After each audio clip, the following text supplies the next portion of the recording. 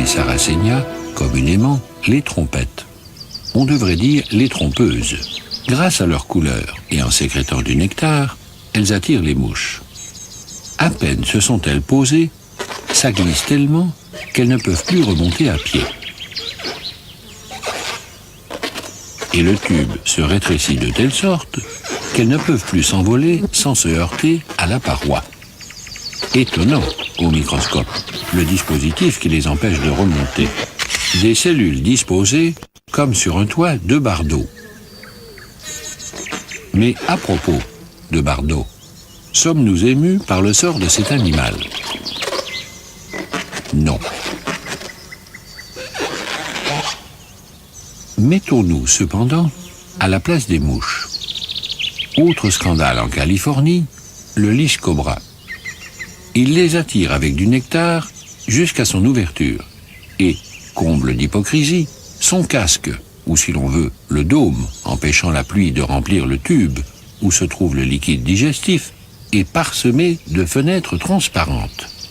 Ainsi semble-t-il à la mouche qu'elle a toujours du ciel autour d'elle et que la voie est encore libre pour s'enfuir. Étonnante aussi, la zone de poils microscopique tournée vers le bas, avec, juste en dessous, une zone écailleuse, non pas anti, mais pro-dérapante. Et une mouche de moins. En somme, avouons-le, nous avons nos critères. Tout autre, évidemment, serait notre émotion. Si nous vivions ici d'un beau lépidoptère, la capture et la mort en papillovision. Mais ce n'est qu'un diptère, commun, et l'un des pires. Qu'est l'écolo, qu'est le bardeau viendrait nous dire. Protégeons cet insecte, affirmons qu'il nous touche, abat les végétaux, qui assassinent les mouches. Et pourtant, la technologie de la mouche domestique mériterait le style des publicitaires, vendeurs mais sobres, d'autant que la seconde de télévision coûte les yeux de la tête. Des yeux composés, plusieurs milliers de facettes. Derrière chacune, un cône cristallin, vision panoramique. Sans compter sur le front, 3 yeux simples, des analyseurs d'intensité lumineuse. L'ensemble indispensable pour un vol rapide. 200 battements d'ailes par seconde, provoqués par les mouvements d'une carlingue de chitine. Dessus, abaissé et relevé de quelques fractions de millimètres par muscles transversaux et longitudinaux. Transmission des oscillations aux ailes par articulation amplificatrice de plusieurs centaines de fois le mouvement. Train d'atterrissage repliable en vol, diminuant la résistance de l'air. Élévation et propulsion créées par changement permanent de l'angle de positionnement des ailes. Bord d'attaque renforcé par un poil dur. Des poils sur le dessus des ailes et sur le bord de fuite pour améliorer le passage de l'air. Deuxième paire d'ailes atrophiées, transformées en stabilisateurs de vol. Vitesse 15 à 20 km/h. À l'avant, entre les yeux à facettes, 2 antennes velues. Ce sont les compteurs de vitesse qui mesurent la vitesse du vent et transmettent en permanence l'information au système de réglage des ailes. L'atterrissage de la mouche, une merveille de précision et de souplesse. Extension des pattes vers l'avant, ce qui absorbe comme des amortisseurs l'énergie cinétique. Mais comment la mouche tient-elle au plafond?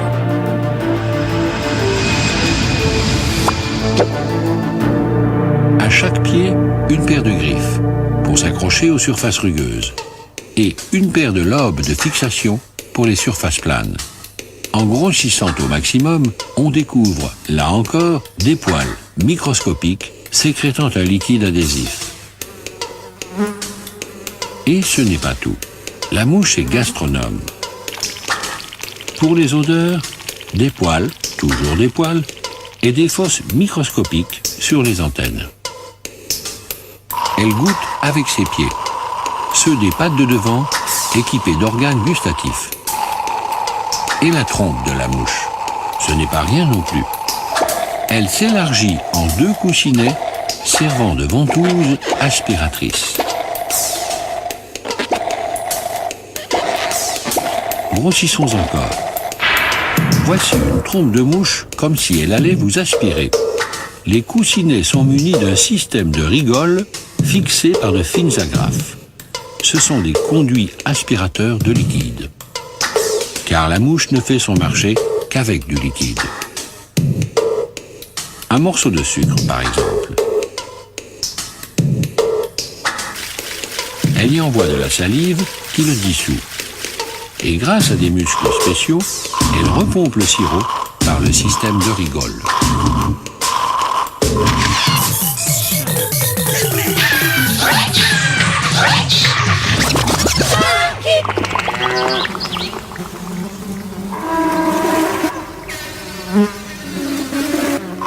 Alors, évidemment, la mouche promène des germes.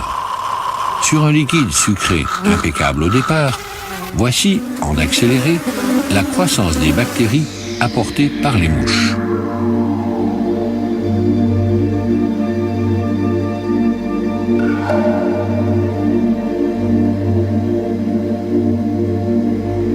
On a calculé que si les araignées, les lézards, les hommes, les hirondelles et autres prédateurs ne s'en mêlaient pas, une seule mouche, pondant du 15 avril au 15 septembre, aurait une famille de 5600 milliards d'enfants. Soit, sachant qu'il faut 70 mouches pour faire un gramme, 80 000 tonnes de mouches, à partir d'une seule. L'un des êtres vivants qui contribue le plus à limiter la population des mouches est installé dans la forêt de l'archipel de Malaisie. Les plantes qui veulent y faire la photosynthèse doivent aller chercher le soleil très haut. Ce sont des arbres ou des lianes. C'est à la base de l'une d'elles, une vigne sauvage, que surgit parfois ce qu'on pourrait appeler l'alien des lianes, à qui l'on a donné le nom d'un grand Anglais, fondateur de Singapour et découvreur de plantes rares, Sir Thomas Raffles. Le Rafflesia commence par une graine minuscule, dans une fissure de la liane dont il pompe la sève avec un suçoir. En quelques jours s'ouvre une sorte de chou écœurant, nauséabond, rougeâtre et blanchâtre comme de la viande avariée et dégageant une odeur cadavéreuse. Une sorte de fleur champignon qui peut peser une dizaine de kilos et mesurer jusqu'à 1 mètre de diamètre, sans la moindre feuille, puisque la liane parasitée fait la photosynthèse pour elle. C'est une entauleuse de mouches. Celles-ci viennent pondre dans de la viande pourrie, croient-elles, et transportent le pollen de la fleur, qui laisse mourir leurs enfants. Les mouches diraient qu'il faut être vraiment pourri pour faire à ce point semblant de l'être.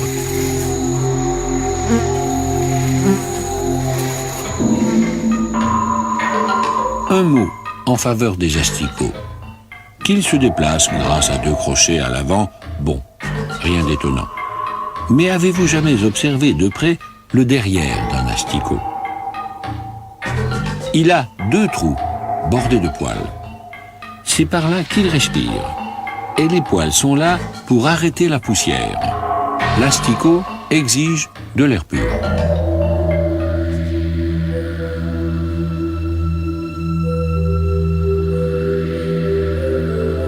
Enfin, voici, par transparence, dans son enveloppe, le cœur d'un bébé-mouche en train de battre. Mais qui est ému par un cœur d'asticot? Personne. Peut-être pourrions-nous alors admirer la débrouillardise de celui-ci. Carnivore, comme sa mère, une mouche des bords de la Méditerranée, où la terre souvent est à la fois sèche et friable. Il y construit des entonnoirs pièges où il attrape ce qui tombe, comme la larve du fourmilion, avec laquelle, à part cela, il n'a rien à voir. Il attrape ses proies, non pas comme elle avec des crochets, mais avec des pattes ventouses. On l'appelle le vermiléo, le vermilion des anciens auteurs. Mais nous voyons l'astuce d'un asticot, sans plus.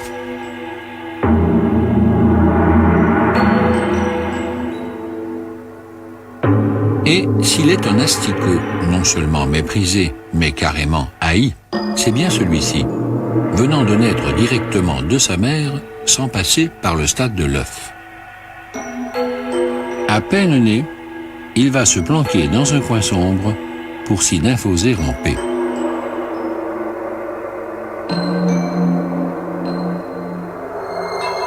Il deviendra, comme sa mère, une mouche tsetse, une suceuse de sang.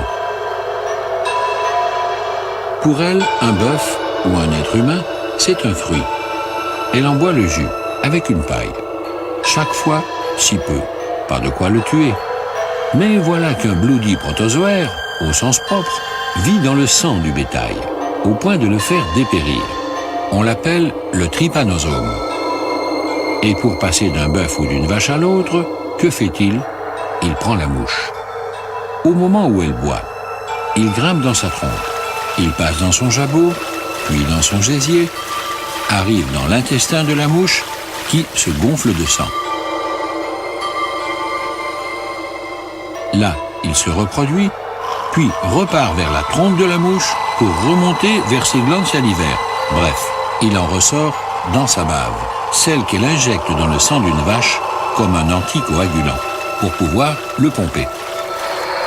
C'est ainsi que se propage la maladie de Nagana, de vache en vache. Le coup est dur. Comme se répand de la même façon, d'homme en mouche et de mouche en homme, la maladie du sommeil, dont la mouche est déclarée vecteur, par celui-là même qui lui envoie le protozoaire dans la trompe. Si la mouche est vecteur, qui donc est le facteur? Mais ce qui nous importe à nous autres les hommes, responsables aussi de ce trypanosome, c'est de nous déclarer d'intérêt supérieur et de garder la mouche dans le collimateur.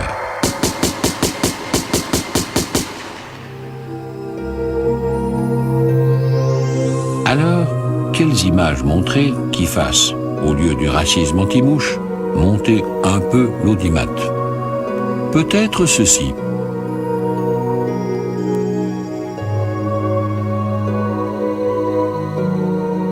Le mâle d'une mouche carnassière en train de draguer. Par ce mouvement style « je vais et je viens », il lui dit « je te veux et je ne vais pas te le répéter 30 fois ». On a compté qu'il avance et recule ainsi jusqu'à 29 fois.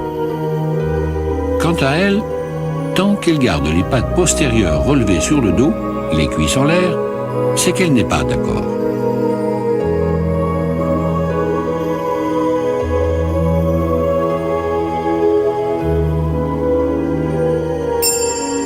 Ça y est, elle l'est. Contrairement à ce que d'aucuns tendraient à dire, il n'y a donc pas de viol chez les mouches.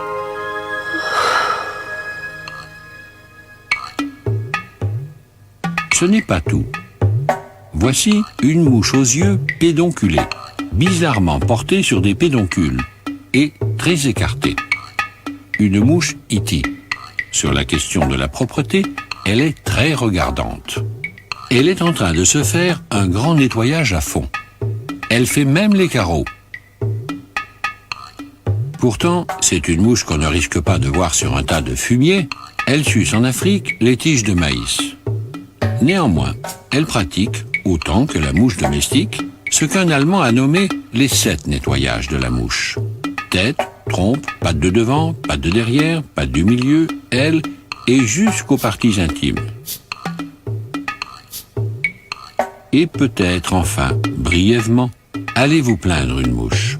Des chercheurs, ce n'est pas nous, jurés, n'ont rien trouvé de mieux que d'éborgner une mouche, en l'amputant de l'un de ses pédoncules. Et que fait-elle? Elle continue à se nettoyer l'œil qu'elle n'a plus. La propreté chez la mouche, c'est automatique. Mais elle ravage en Afrique les champs de maïs. Du coup, nous la voyons d'un autre œil.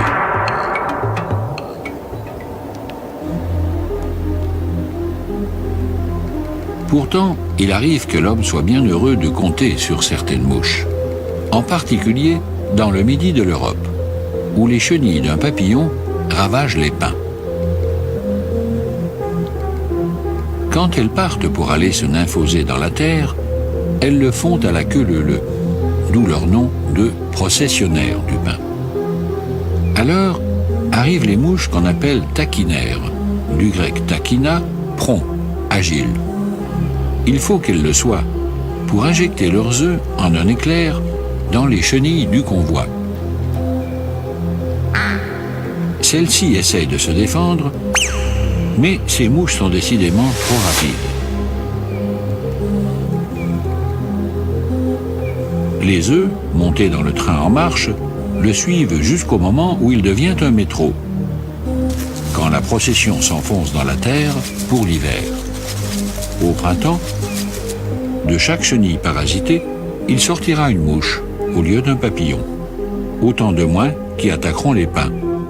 Merci les mouches.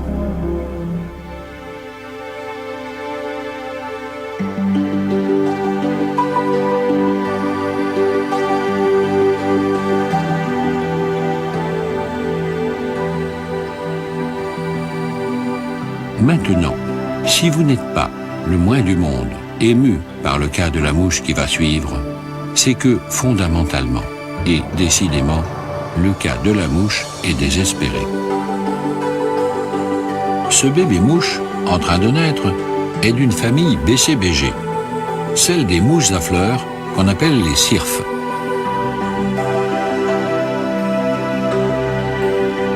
Bon chic, bon genre, pour au moins 3 raisons. D'abord, un cirfe est une mouche dont la trompe est un peu plus allongée que celle de la mouche commune, ce qui l'autorise à pomper le nectar de certaines fleurs et à transporter leur pollen. Ensuite, les femelles des cirfes sont capables de rotation de la tête jusqu'à 180 degrés pour repérer les colonies de pucerons noirs qui dévastent nos haricots.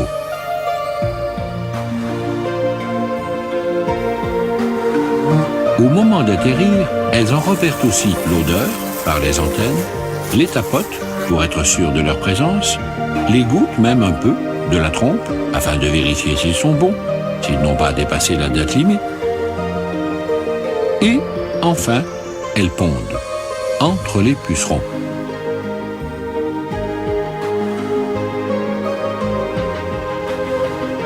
Prévoyance maternelle. Quand les bébés cirfes naîtront, ils trouveront des pucerons à manger. Devenus protecteurs des champs de haricots, on n'ose plus, ceux-là, les traiter d'asticots. Bon chic, bon genre, enfin, le cirfe, une fine mouche dont la ruse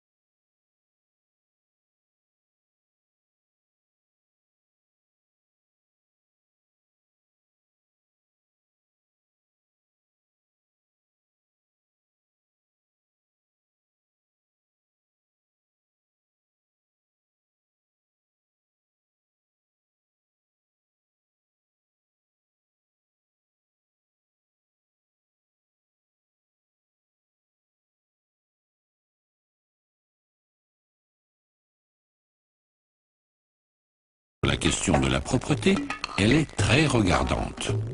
Elle est en train de se faire un grand nettoyage à fond. Elle fait même les carreaux. Pourtant, c'est une mouche qu'on ne risque pas de voir sur un tas de fumier. Elle suce en Afrique les tiges de maïs.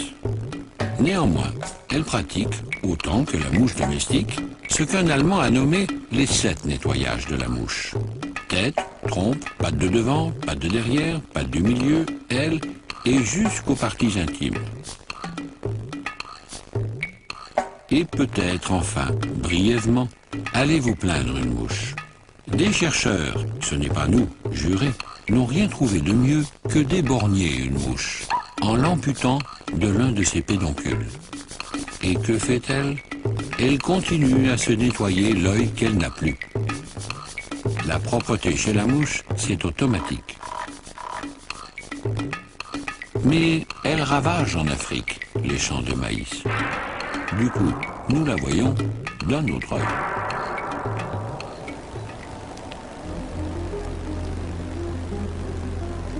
Pourtant, il arrive que l'homme soit bien heureux de compter sur certaines mouches, en particulier dans le midi de l'Europe, où les chenilles d'un papillon ravagent les pins. Quand elles partent pour aller se nymphoser dans la terre, elles le font à la queue leu-leu, d'où leur nom de processionnaires du pin. Alors arrivent les mouches qu'on appelle taquinaires, du grec taquina, prompt, agile. Il faut qu'elles le soient pour injecter leurs œufs en un éclair dans les chenilles du convoi. Celles-ci essayent de se défendre, mais ces mouches sont décidément trop rapides. Les œufs, montés dans le train en marche, le suivent jusqu'au moment où il devient un métro, quand la procession s'enfonce dans la terre pour l'hiver. Au printemps, de chaque chenille parasitée, il sortira une mouche au lieu d'un papillon. Autant de moins qui attaqueront les pins. Merci les mouches.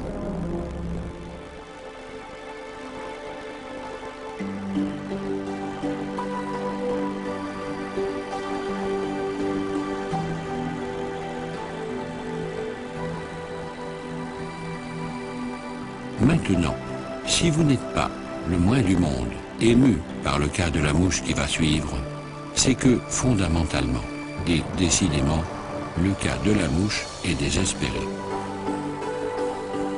Ce bébé mouche, en train de naître, est d'une famille BCBG, celle des mouches à fleurs qu'on appelle les cirfes.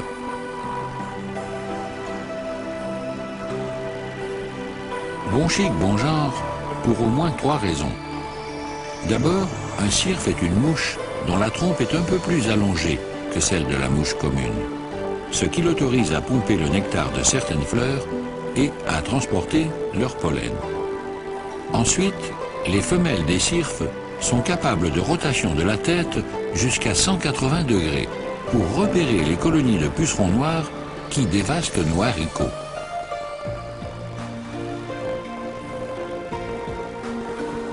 Au moment d'atterrir, elles en repèrent aussi l'odeur par les antennes, les tapotent pour être sûres de leur présence, les goûtent même un peu de la trompe afin de vérifier s'ils sont bons, s'ils n'ont pas dépassé la date limite.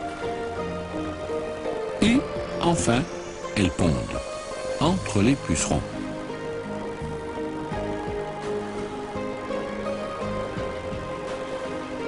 Prévoyance maternelle. Quand les bébés cirfes naîtront, ils trouveront des pucerons à manger.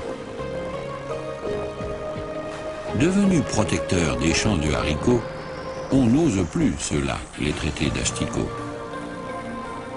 Bon chic, bon genre, enfin, le cirfe, une fine mouche, dont la ruse est d'avoir un abdomen allongé, rayé jaune et noir, et une taille de guêpe. C'est pour faire croire qu'elle en est une. Aux oiseaux gobe-mouches, eux, du moins, elle parvient à le faire gober.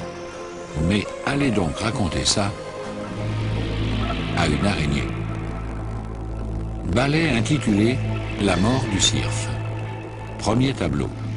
Toile de fond, celle de l'une de ces araignées dont fait partie la veuve noire, et qu'on appelle Théridion, en grec, petite bête. Longueur moyenne, 7 à 8 mm. Taille des bébés, 1 mm. Pour grandir, il faut manger. La mère leur abandonne le cirfe à peine capturé.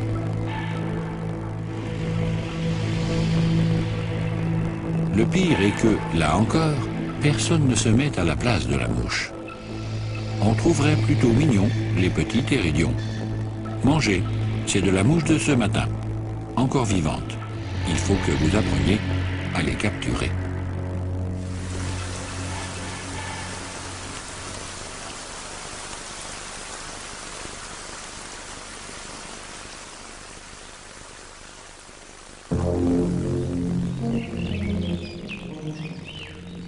Deuxième tableau de la mort du cirfe. Corps de balai aquatique, ces coléoptères qu'on appelle des girins. Du latin girare, tourner.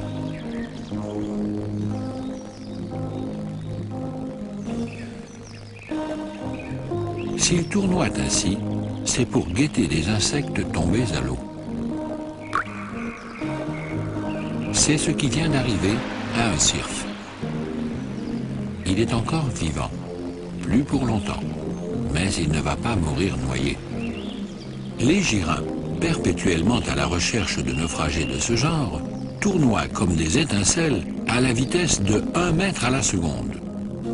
Incroyable étant donné leur taille, 6 mm en Europe. Ils peuvent décrire ainsi des courbes et des spirales grâce à des pattes élargies en pagaie qui fonctionnent en sens inverse les unes des autres, produisant un effet d'hélice de bateau inversée. Et grâce à une sensibilité aux ondulations produites par les déplacements voisins, ils évitent les collisions au millimètre près.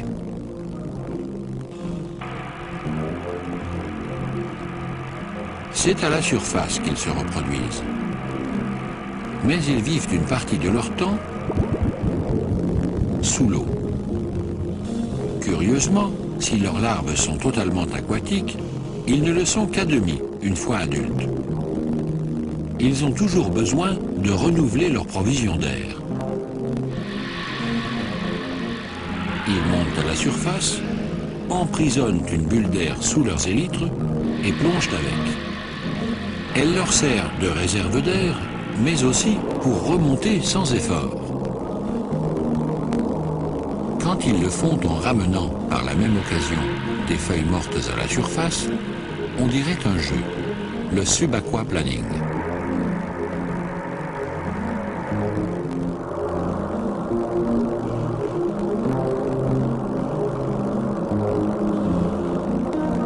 Enfin, ils ont des yeux complètement séparés en 2 parties. La moitié supérieure surveille en l'air pour repérer les prédateurs, la moitié inférieure voit sous l'eau. Du coup, même s'ils ont senti la présence de la mouche naufragée grâce aux ondulations qu'elle produit en se débattant, ils la repèrent visuellement de 2 façons, au-dessus de la surface et dessous. Alors, c'est la curée.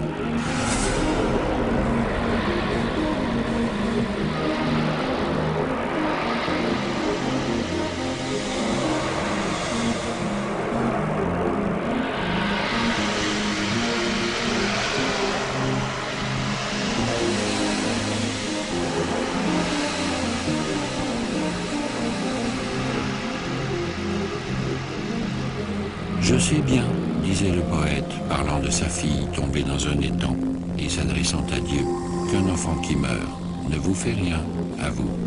Mais que nous fait à nous de voir mourir une mouche? Peut-être pour la vie, dont les voies sont impénétrables, mourrons-nous comme des mouches, sans faire de vagues, ou si peu. Mais dans le sarcophage d'une reine, en Égypte, on a trouvé ceci. 16 siècles avant l'ère chrétienne. Le collier de la reine Ahotep, décoré de l'ordre militaire des mouches, pour avoir, à la mort de son mari, tenu tête aux envahisseurs asiatiques, en leur livrant, pense-t-on, une guerre de harcèlement, la guerre des mouches. Pour les Égyptiens, même les mouches avaient droit à la Légion d'honneur et à la vie éternelle.